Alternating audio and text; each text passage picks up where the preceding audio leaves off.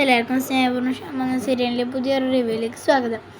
ഇന്നെ കാണിക്കുന്നത് നമ്മുടെ വരുണും പ്രിയങ്കയും കൂടി ടൂർ പോകാൻ വന്ന ആ സ്ഥലത്ത് വെച്ചൊരു ഭാഗമാണ് കാണിക്കുന്നത്. അവരുണ്ടായിരുന്നു തല്ലുകൂടിയതിന് ശേഷം കാറിലിങ്ങനെ കയറി പോകുമ്പോൾ അവിടെ ഉണ്ടായിരുന്നു കുറച്ച് ചേട്ടന്മാർ പറയുന്നുണ്ട്, ഭാര്യയും ഭർത്താവൊന്നും തോന്നുന്നില്ല, അല്ലെങ്കിൽ ഇങ്ങനൊന്നും വഴക്കൂടില്ലല്ലോ എന്നിങ്ങനെ പറയുമ്പോൾ കൽപ്പനയും മറ്റേ മുത്തശ്ശിയും ഗൗതം ഋഷിയും സൂര്യയും ഒക്കെ ഇങ്ങനെ അവരവിടെയാണ് നിർത്തിയത്. അപ്പോൾ അവർ കാണുന്നുണ്ട് പ്രിയങ്കയുടെയും വരുണിൻ്റെയും കാർ അവിടെ നിന്ന് ഇങ്ങനെ പോകുന്നത് അവർ കാണുന്നുണ്ട്. അങ്ങനെ അവർ അവിടെ ഇറങ്ങുന്നുണ്ട്. അപ്പം ഈ ചേട്ടന്മാരൊക്കെ ഇങ്ങനെ പ്രിയങ്കയുടെയും വരുണിൻ്റെയും കാര്യം പറയുന്നത് കേട്ടിട്ട് കൽപ്പന ചോദിക്കുന്നുണ്ട്, ആര് കാര്യം ചേട്ടൻ പറയുന്നതെന്ന് ചോദിക്കുമ്പോൾ പറയുന്നുണ്ട്, ഇവിടെ രണ്ട് ആൾക്കാർ പോയിരുന്നു മോളെ, തല്ലൂടാണ്ട്. ഇപ്പം എന്താ കാര്യം, ഇവിടെ നിങ്ങൾക്ക് തല്ലൂടാൻ പറ്റിയ സ്ഥലമല്ല എന്ന് പറഞ്ഞപ്പോൾ ഞങ്ങളോട് തട്ടിക്കയറായിരുന്നു, ആരാണെന്ന് അറിയില്ല എന്നിങ്ങനെ പറയുന്നുണ്ട്. എന്നിട്ട് പിന്നെ അവർ അവിടെ നിന്ന് പോകുന്നുണ്ട്. അപ്പോൾ കൽപ്പന പറയുന്നുണ്ട് മുത്തശ്ശിയോട് ഞാൻ 100 വട്ടം പറയുന്നത്, ഞാൻ പറയുന്നതൊന്നും ആരും വിശ്വസിക്കില്ല, സത്യത്തിൽ അവർ രണ്ടുപേരും തമ്മിൽ എപ്പോഴും വഴക്കാം, ഞാനതിപ്പോൾ എത്രാമത്തെ വട്ടം മുത്തശ്ശിയോട് പറഞ്ഞതെന്ന് ഇങ്ങനെ കൽപ്പന മുത്തശ്ശിയോട് മുത്തശ്ശി പറയുന്നുണ്ട്.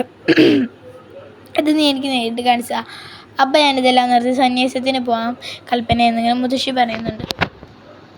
ശേഷം കാണിക്കുന്നത് പിന്നെ രാധിക യശോദയാണ് കാണിക്കുന്നത്. രാധിക യശോദ നമ്പൂതിരി അവിടെ നിൽക്കുന്നുണ്ട്. നമ്പൂതിരി വീടിൻ്റെ ആധാരം എടുത്തിട്ട് പറയുന്നുണ്ട്, ഇത് പെട്ടെന്ന് എങ്ങനെയും കയ്പമംഗലം അങ്ങനെ എന്തോ ഒരു പേര് കൊണ്ട് അയാളുടെ കയ്യിൽ ഇത് കൊടുക്കണം, എന്നിട്ട് പലിശ ആക്കണം, അയാളാകുമ്പോൾ ദേഷ്യപ്പെടുകയോ ഇല്ല, പൈസയിൽ ചില ഇളവും ഉണ്ടാവും ഇങ്ങനെ അയാൾ നമ്പൂതിരി പറയുമ്പോൾ യശോദ എന്നാൽ എന്തെങ്കിലും നമുക്ക് ചെയ്യും, എന്തായാലും നമുക്ക് എങ്ങനെയാലും പ്രിയങ്കയുടെ പോലെ തന്നെ നമുക്ക് രാധികയുടെയും വിവാഹം കഴിക്കേണ്ടതെന്ന് ഇങ്ങനെ പറയുമ്പോൾ അയാളുടെ നമ്പൂതിരി പറയുന്നുണ്ട്, ആ ശരി എന്തായാലും ഞാനിത് പോയി കൊടുത്തിട്ട് വരാമെന്ന് പറയുന്ന സമയത്താണ് രാധിക എന്നിട്ട് ചോദിക്കുന്നുണ്ട്, അച്ഛൻ എന്ത് ചെയ്യുമ്പോൾ മോളെ ഞാൻ ഈ ആധാരം ഒന്ന് വേണ്ട അച്ഛാ, ഞാൻ പറഞ്ഞില്ലേ എനിക്കിപ്പോൾ കല്യാണം ഒന്നും കഴിക്കണ്ട അച്ഛാ, എനിക്ക് ഇവിടുന്ന് പോവുകയും വേണ്ട അച്ഛാ. അപ്പോൾ നാരായണ നമ്പൂതിരി പറയുന്നുണ്ട്, എൻ്റെ പ്രാരാബ്ധങ്ങൾ ഏറ്റവും കൂടുതൽ അറിഞ്ഞ് വളർന്നത് മോളാണ്, എനിക്കറിയാം മോൾ ഇങ്ങനെ പറയുമെന്ന്, മോൾ ഇങ്ങനെ പറഞ്ഞില്ലെങ്കിൽ അത്ഭുതമുള്ളൂ എന്നൊക്കെ ഇങ്ങനെ നാരായണ നമ്പൂതിരി പറയുമ്പോൾ രാധിക ഇങ്ങനെ എന്താ പറയുക, അച്ഛാ അത് കൊടുക്കണ്ട എന്നിങ്ങനെ പറയുന്ന സമയത്ത് യശോദ പറയുന്നുണ്ട്, ഒന്നും മിണ്ടാതിരിക്കട്ടെ, എങ്ങനെയെങ്കിലും ഇതൊന്നും കഴിക്കാൻ നോക്കുമ്പോൾ അവൾ വീണ്ടും, ഇപ്പോൾ നിൻ്റെ കയ്യിലെല്ലാം, നിൻ്റെ ഒരു വാക്ക് മതി പലരുടെയും ജീവനോട് ഒടുങ്ങാൻ, അതുകൊണ്ട് നമ്മൾ തമ്മിലൊരു രഹസ്യമുണ്ട്, അതാർക്കും അറിയില്ല, അച്ഛന് പോലും അറിയാത്ത ആ ഒരു രഹസ്യം, അതെങ്ങനെയും തീർത്തേ പറ്റും അങ്ങനെയൊക്കെ പറഞ്ഞ് രാധിക കുറച്ച് നേരം ഇങ്ങനെ ഭീഷണിപ്പെടുത്തുന്ന പോലെ ഭീഷണിപ്പെടുത്താൻ ഇങ്ങനെ പറയുന്നുണ്ട്. അപ്പോൾ രാധിക ശരിയമ്മ എന്നിങ്ങനെ പറയുന്നുണ്ട്. പിന്നെ കാണിക്കുന്നത് വരുണിനെയും പ്രിയങ്കയാണ്. വരുണിനെയും പ്രിയങ്കയും അങ്ങനെ റിസോർട്ടിൽ വന്നിറങ്ങിയിട്ട് പ്രിയങ്കയോട് പറയുന്നത്, ഇതാണ് നമ്മുടെ റിസോർട്ട്, ഇവിടെയുള്ള സെക്യൂരിറ്റികളോടും മറ്റുള്ള സ്റ്റാഫുകളോടുമെല്ലാം നീ മാന്യമായി പെരുമാറണം എന്നിങ്ങനെ പറയുമ്പോൾ പ്രിയങ്ക പറയുന്നുണ്ട്, ഇത്രയും ചെയ്ത് എനിക്ക് ഇതൊക്കെ ഒരു പൂത്തിരി തന്നെ, ഞാൻ എന്തായാലും ഇത് നിഷ്പ്രയാസമായി ചെയ്തേക്കാം, ഇത്രയും അനുഭവിച്ചില്ലേ, ജീവിതം എന്തായാലും ഒരു അഭിനയമാക്കാൻ ഞാൻ തീരുമാനിച്ചിരിക്കുകയാണല്ലോ, ഇനിയിപ്പോൾ ഇതും കൂടെ അല്ലേ ഉള്ളൂ, ഇതും കൂടി ഞാൻ എന്തെങ്കിലും അഭിനയിച്ച് തകർത്തേക്കാം എന്നിങ്ങനെ പ്രിയങ്ക പറയുന്നുണ്ട്.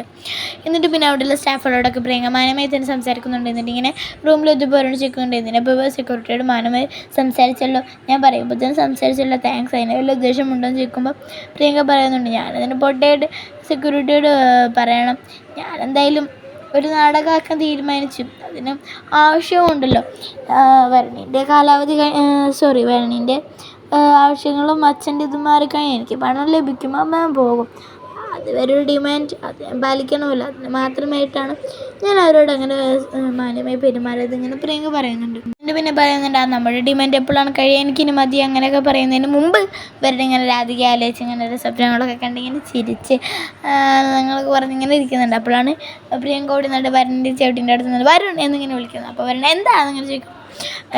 പ്രിയങ്ക ഇങ്ങനെ പറയുന്നുണ്ട്, എപ്പോഴാണ് നമ്മുടെ ഡിമാൻഡ് കഴിയുക, അച്ഛൻ്റെ സുഖമൊക്കെ മാറിയില്ല, ഇനി എപ്പോഴാണ് വരണം, ലേച്ചനൊരു ഇതിലല്ല അങ്ങനെ ഇങ്ങനെ ഒന്നും രണ്ടും പറഞ്ഞൊക്കെ ഇതെല്ലാവുന്നുണ്ട്.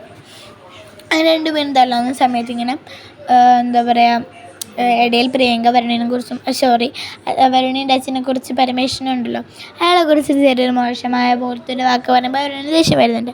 ഇതേ സമയത്താണ് നമ്മുടെ ഗൗതം വന്നിട്ട് അവർ തല്ലി കെട്ടിട്ട് ജനല കുറച്ച് തുറന്നിട്ട് അതിങ്ങനെ വീഡിയോ എടുക്കാൻ ഉദ്ദേശിക്കും, പ്രിയങ്ക കാണിച്ചെടുക്കാൻ വേണ്ടിയിട്ട്. കുറേ നേരം എനിക്കിനി വീഡിയോ ശരിയായില്ല, ഇങ്ങനെയൊക്കെ ക്യാമറ ശരിയാക്കി എടുക്കായിരുന്നു. ആ സമയത്ത്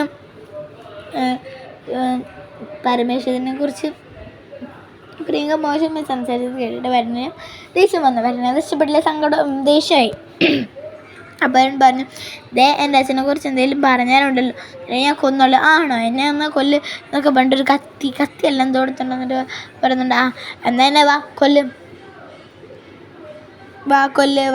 എന്നിങ്ങനെ പറയുന്നുണ്ട്. കൈ പിടിച്ചിട്ട് ഇങ്ങനെ പ്രിയങ്ക തന്നെ വരുണിൻ്റെ കൈ ഇങ്ങനെ കുറക്കിനോട് ചേർന്ന് എന്നെ കൊല്ലു എന്ന് പറയുന്നുണ്ട്. അപ്പോഴാണ് മുത്തശ്ശിയും പത്മിനിയമ്മയും വരുന്നത്. അവരിത് കണ്ടിട്ട് മോശമാണെന്ന് ധരിച്ചിട്ട് ഗൗതമിനെ വിളിച്ചിട്ട് ഇളയമ്മയുടെ റൂമിൽ പോയി നല്ല പെട കൊടുക്കുന്നുണ്ട്.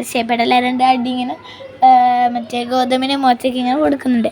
അപ്പോൾ ഇളയമ്മ ചോദിക്കുന്നുണ്ട്, എന്തിനാ അമ്മ അവനിങ്ങനെ തല്ലുന്നതെന്ന് ചോദിക്കുമ്പോൾ പറയുന്നുണ്ട്, ഇവൻ എന്താണെന്ന് പറയുക ചെയ്തത്, ഇവന് പെട്ടെന്ന് കെട്ടിച്ച് വിടാൻ നോക്കാം, അല്ലെങ്കിൽ മറ്റുള്ളവർ വീട്ടിൽ എനിക്കൊന്നും പറയാൻ പോലും പറ്റുന്നില്ല, ഇനിയിൽ നിന്ന് ഇവിടെ നിന്ന് ഇറക്കി വിടുക, എന്തൊക്കെയാണ് അവൻ കാണിക്കാന്നൊക്കെയാണ് ചോദിക്കുമ്പോൾ ഗൗതം പറഞ്ഞുകൊണ്ട് ഞാനൊന്നും ചെയ്തില്ല അമ്മേ, അത് അമ്മ പറയുന്നതൊക്കെ ശരിയാണോ ഇടാന്നിങ്ങനെ ഇളയമ്മ ഗൗതമിനോട് ചോദിക്കുമ്പോൾ ഗൗതം പറയുന്നുണ്ട്, അല്ല അമ്മേ അവർ രണ്ടുപേരും ഭയങ്കര വഴക്കായിരുന്നു, അതാണ് ഞാൻ വീഡിയോ എടുത്തത്. എന്നാൽ പിന്നെ പറഞ്ഞ് എന്താ വീഡിയോ എടുത്തതെന്നിങ്ങനെ എല്ലാവരും കൂടി ചോദിക്കുമ്പോൾ വീഡിയോയിൽ കാണുന്നിങ്ങനെ വരുണിങ്ങനെ പ്രിയങ്ക കുരക്കിന് വരുണിൻ്റെ കൈ കൊണ്ട് കുരക്കിന് പിടിപ്പിക്കുന്നതാണ്. അപ്പോൾ വേറെ വിചാരിക്കുന്നുണ്ട്. എന്നിട്ട് മുത്തശ്ശി പറയുന്നുണ്ട്, ഇതാണോ നീ വീഡിയോ എടുത്തത് എന്നൊക്കെ ഇങ്ങനെ പറയുമ്പോൾ എന്നിട്ട് അവർ അങ്ങോട്ട് പോകുന്നുണ്ട്.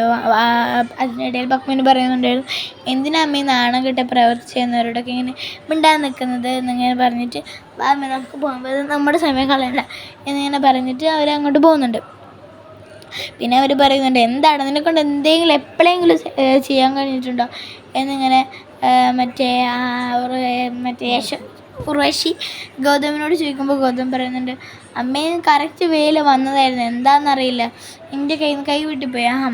അപ്പോൾ കൽപ്പന പറയുന്നുണ്ട്, ഗൗതമിനെ കുറ്റം പറഞ്ഞിട്ട് കാര്യമില്ല അമ്മേ, ഞാനും അത് നേരിട്ട് കണ്ടതാണ്, പക്ഷേ എനിക്കും അതൊന്നും സാധിക്കാറില്ലല്ലോ, എനിക്ക് പറ്റാറില്ല, സ്നേഹസ്ഥത കൊണ്ട് അത് പറ്റാറില്ല എന്നൊക്കെ അങ്ങനെ പറയുന്നുണ്ട്. പിന്നെ കാണിക്കുന്നത് മറ്റേ ഗൗതമിനെയും കൽപ്പനയുമാണ്. ഗൗതം കൽപ്പന ഇങ്ങനെ എന്നിട്ട് ഇങ്ങനെ ഓരോന്നിങ്ങനെ പറയുന്നുണ്ട്.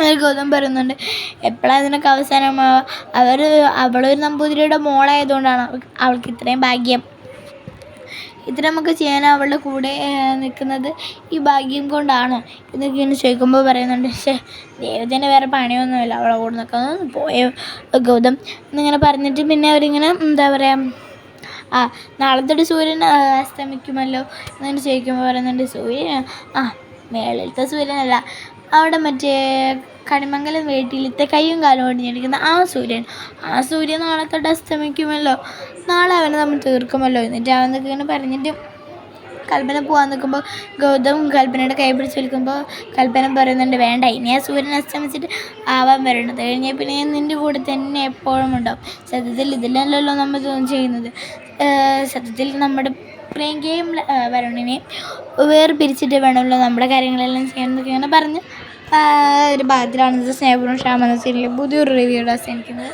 ഇഷ്ടപ്പെട്ടാൽ ലൈക്ക്, സബ്സ്ക്രൈബ്, ബൈ.